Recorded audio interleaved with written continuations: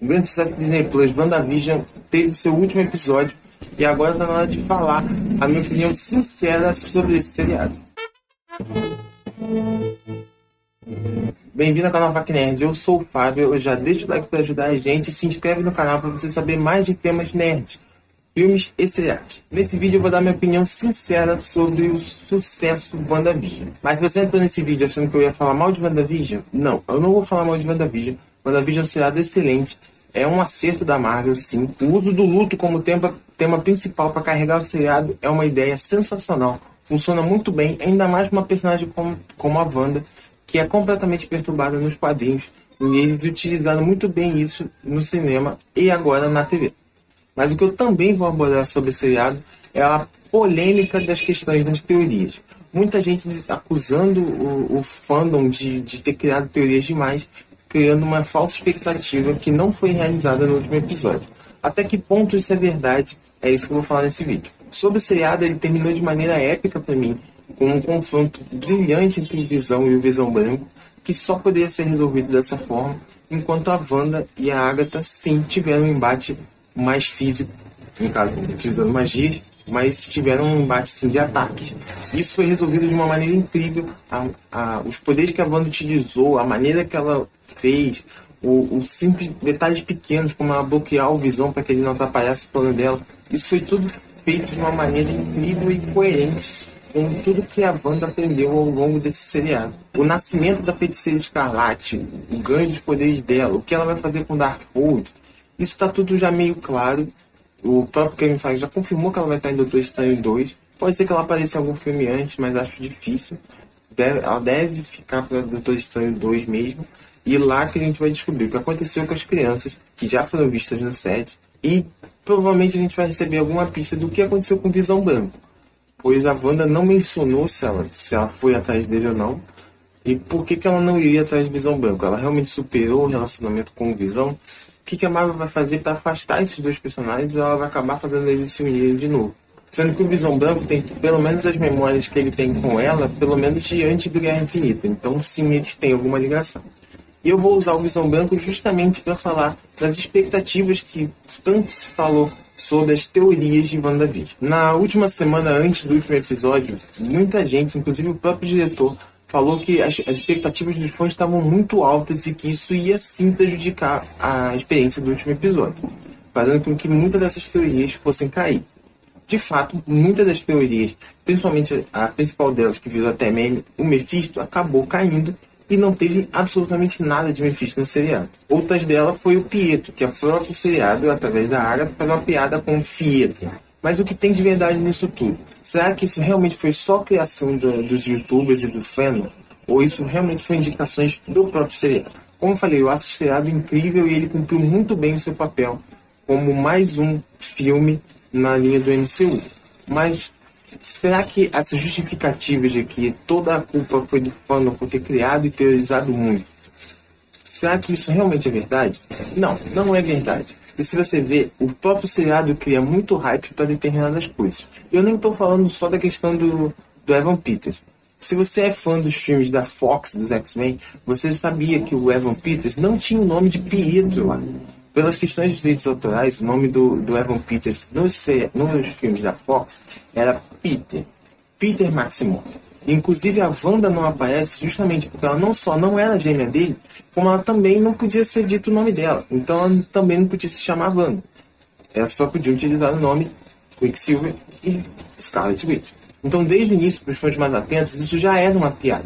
Mas o que muda com isso? O que de verdade tem na piada do Evan Peters? O Evan Peters era um estímulo à teoria, assim como vários outros pontos no seriado. Então dizer que o fandom criou as teorias é um pouco pesado, vindo principalmente dos produtores. Um dos showrunners, inclusive, declarou recentemente que ele nem sabia quem era Mephisto antes dos fãs começarem a especular sobre isso. O que deixa claro que nunca foi pensado, pelo menos por parte deles, o fato do Mephisto estar no seriado.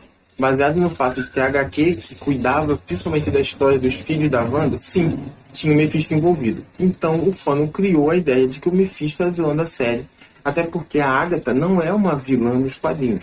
Então não teria por que o fandom, que já meio que já sabia que a Agnes era a Agatha, acreditar que ela era a vilã, sendo que era uma coisa meio óbvia, pelo fato de que o pessoal já sabia quem ela era de verdade, que ela não seria uma vilã, e sim, todo mundo impulsionou isso sobre o Mephisto, que ele seria o vilão secreto, ou trabalhando com a Agatha, ou por trás da Agatha manipulando ela para manipulá-la. Então, de certa forma, sim, o Mephisto foi sim uma invenção do fandom.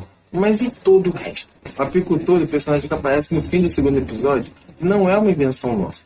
Ele teve uma ênfase incrível e mostrado de maneira close-up com uma tela escura, não mostrando o rosto do ator, simplesmente para a Wanda dizer não. Tudo bem. Isso, eu entendi essa parte do roteiro. Ela queria mostrar que ela estava manipulando tudo. Ela queria dar um gancho pra gente, até porque aquele foi o primeiro encerramento, digamos, de episódio, já que era o segundo episódio, né? A Disney lançou os dois juntos.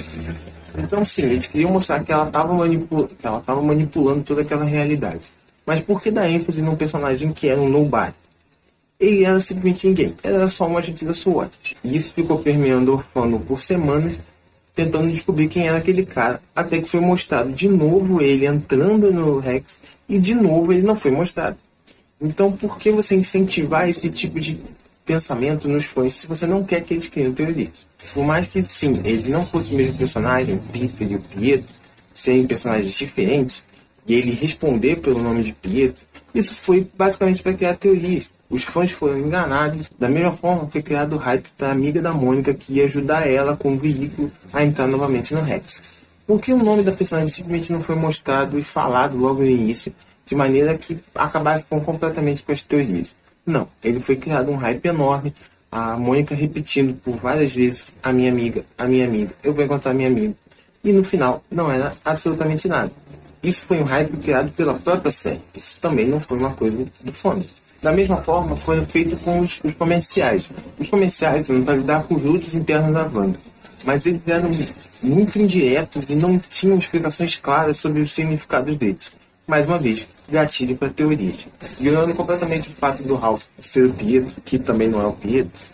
Mas a questão Ralph foi outra coisa que permeou a ideia dos fãs. Isso também não foi criado pelos fãs. Isso foi uma indicação novamente do seriado.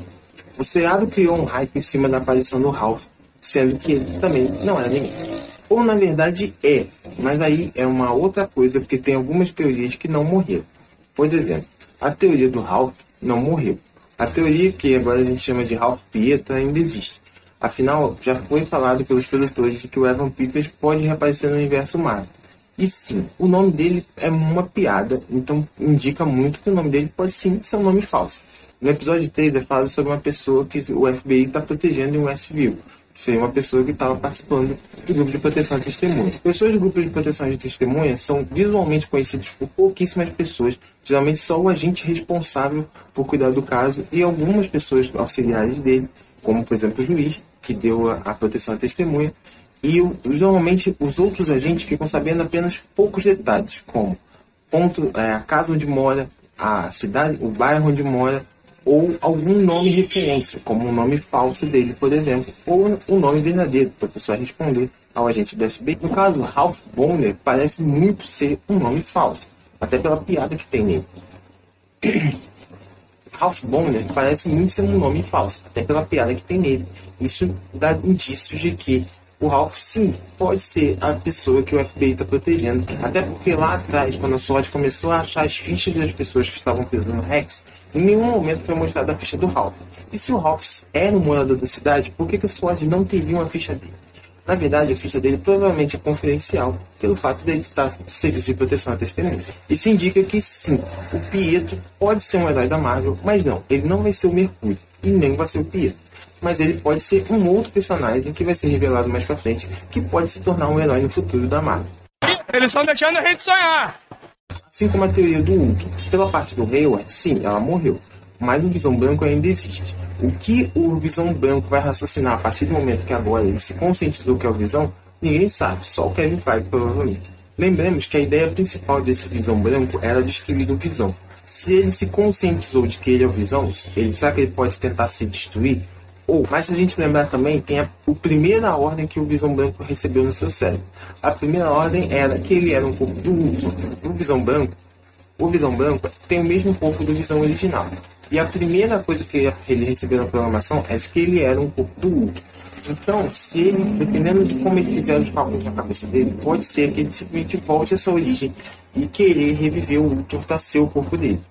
Então essa teoria também não está destruída, afinal ninguém sabe o destino do Visão Branco, mas pouco provável que ele se torne um herói. Como falei, WandaVision é um seriado incrível, demonstrou muito bem o pesar do luto, assim como o Thor tinha feito em Vingadores Ultimato com a questão da depressão. A Marvel tomando temas adultos, sim, mesmo disfarçados de piadas ou coisas do tipo, para deixar o seriado mais leve, mas ela sim, ela aborda tema adulto, e WandaVision foi um exemplo claro e muito bom disso. Mas não, também não é justo culpar os fãs por criarem teorias baseadas em coisas que a própria série deu ganchos gigantes para serem criados. Essa é a minha opinião sincera sobre WandaVision. Se você gostou, deixa o like aí pra gente, se inscreve no canal para mais vídeos como esse e ó, não perde os próximos vídeos, hein?